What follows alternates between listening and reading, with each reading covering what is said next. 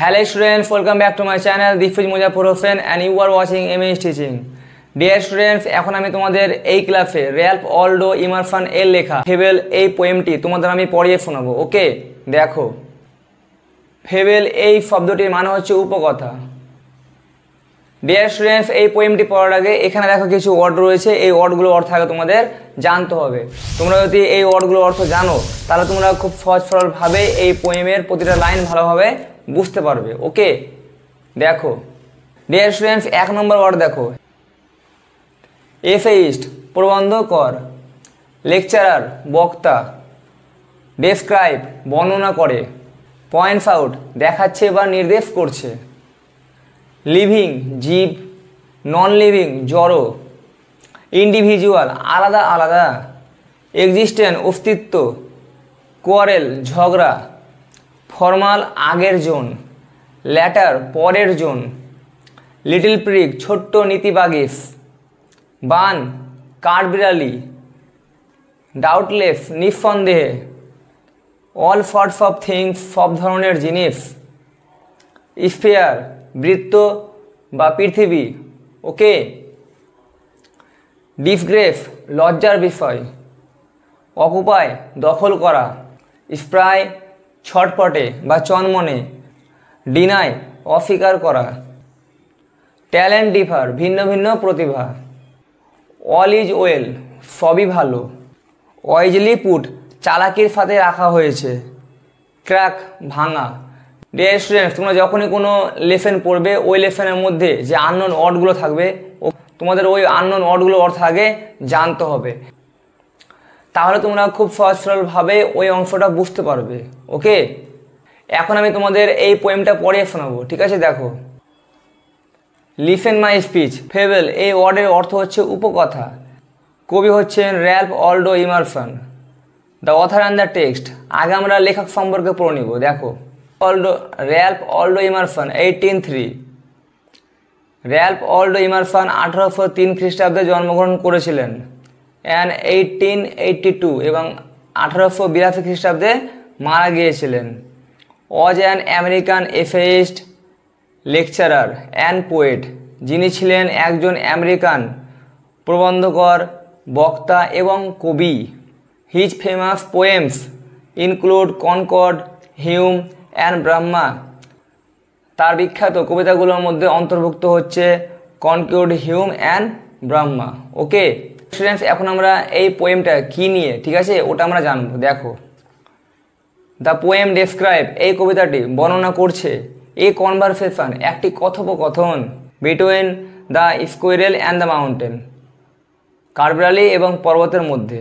The squirrel points out কাঠবিড়ালি দেখাচ্ছে that যে ইন দিস ওয়ার্ল্ড এই বিশ্বে every being living or non living প্রতিটা জীব এবং জড়, বিগ অর স্মল বড় এবং ছোট, হ্যাভ দেয়ার ইন্ডিভিজুয়াল তাদের আলাদা আলাদা রয়েছে, রিজনস কারণ, ফর এক্সিস্টেন্স অস্তিত্বের জন্য। ওকে, কাঠবিড়ালি দেখাচ্ছে এই পুরো ওয়ার্ল্ডে বা বিশ্বে প্রতিটা জিনিস, ঠিক আছে, সেটা জীব হোক বা জড় হোক, ছোট হোক বা বড় হোক, প্রত্যেকটা জিনিসের থাকার একটা অস্তিত্ব রয়েছে। ওকে ডিয়ার স্টুডেন্টস, এখন আমরা এই পোয়েমটা পড়বো। দেখো, the mountain and the squirrel had a quarrel, পর্বত এবং কাঠবিড়ালির মধ্যে ঝগড়া ছিল। অ্যান্ড দ্য ফর্মার আগের জন, কল্ড ডাকছে, দ্য ল্যাটার পরের জনকে, লিটল প্রিক ছোট্ট নীতিবাগিস। আগের জন পরের জনকে ছোট্ট নীতিবাগিস বলে ডাকছে। এখানে আগের জন বলতে মাউন্টেন, ওকে, এবং পরের জন হচ্ছে কাঠবিড়ালি স্কোয়ারেল। ওকে, তারপরে দেখো, বান রিপ্লাইড কাঠবিড়ালি উত্তর দিল, you are doubtless very big তুমি নিঃসন্দেহে অনেক বড়, বাট কিন্তু all sorts of things and weather সমস্ত ধরনের জিনিস এবং আবহাওয়া, must be taken in together সব কিছুকে একসঙ্গে বয়ে নিয়ে যেতে হবে, to make up a year একটা বছর তৈরি করার জন্য। ঠিক আছে, অ্যান এ স্ফিয়ার এবং বৃত্ত, বৃত্ত হচ্ছে পৃথিবী, আমরা যে গ্রহে বাস করছি ওটা হচ্ছে বৃত্ত, স্ফিয়ার। ওকে, তারপরে দেখো, অ্যান আই থিঙ্ক এবং আমি মনে করি, ইট নো ডিসগ্রেস, এটা কোনো লজ্জার বিষয় নয়। টু অকুপাই মাই প্লেস, আমার নিজের জায়গাটা দখল করে নিতে। ওকে ডিয়ার স্টুডেন্টস, তারপরে দেখো, if I not so large as you, যদি আমি তোমার মতো বড় না হই। You are not so small as I, তুমিও আমার মতো ছোট নও। ঠিক আছে, কাঠবিড়ালি ওই পর্বতকে বলছে আমি তোমার মতো বড় নই, ঠিক আছে, কিন্তু তুমিও আমার মতো ছোট নও। আমি যে কাজগুলো করতে পারবো তুমি পারবে না, আবার তুমি যেগুলো পারবে আমি পারবো না। তো তোমার আমার এই পৃথিবীতে অবশ্যই অস্তিত্ব আছে। অ্যান্ড নট হাফ ফো স্প্রাই, এবং অর্ধেক ছটপটেও নয়। কাঠবিড়ালি যেমন ছটপটে, ঠিক আছে, এখান থেকে ওখানে সেকেন্ডের মধ্যে চলে যেতে পারবে, কিন্তু পর্বত ওটা পারবে না। বুঝতে পেরেছ? তারপরে দেখো, আই উইল নট ডিনাই, আমি অস্বীকার করব না।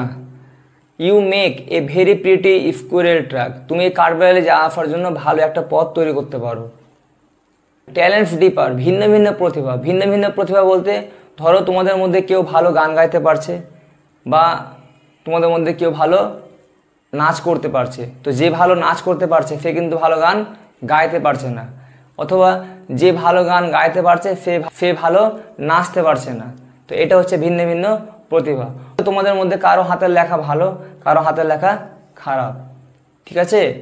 যার এবার হাতের লেখা ভালো সে কিন্তু দেখা গেল যে পড়াশোনায় ভালো নয়, আবার যার দেখা গেল যে হাতের লেখা খারাপ সে কিন্তু পড়াশোনায় ভালো। তো এটা হচ্ছে একটা ভিন্ন ভিন্ন প্রতিভা। প্রত্যেকটা মানুষের এই পৃথিবীতে একটা অস্তিত্ব আছে, ঠিক আছে। অল ইজ ওয়েল, সবই ভালো। অ্যান্ড ওয়াইজলি পুট, এবং সব কিছুকে চালাকির সাথে রাখা হয়েছে। If I can not carry forest on my back, যদি আমি আমার পিঠে জঙ্গল বয়ে নিয়ে যেতে না পারি। Neither can you crack a nut, তুমিও একটা বাদামকে ভাঙতে পারো না। ওকে ডিয়ার স্টুডেন্টস, এই পোয়েম থেকে আমরা জানতে পারলাম এই পৃথিবীতে যত রকমের জিনিস রয়েছে, জীব অথবা জড়, ছোট অথবা বড়, প্রত্যেকটা জিনিসের একটা অস্তিত্ব রয়েছে। ওকে ডিয়ার স্টুডেন্টস, এর পরের ক্লাসে আমি এই পোয়েম থেকে অনেক ইম্পর্টেন্ট কোশ্চেন আনসার রয়েছে, ওগুলো আমি নিয়ে আসবো।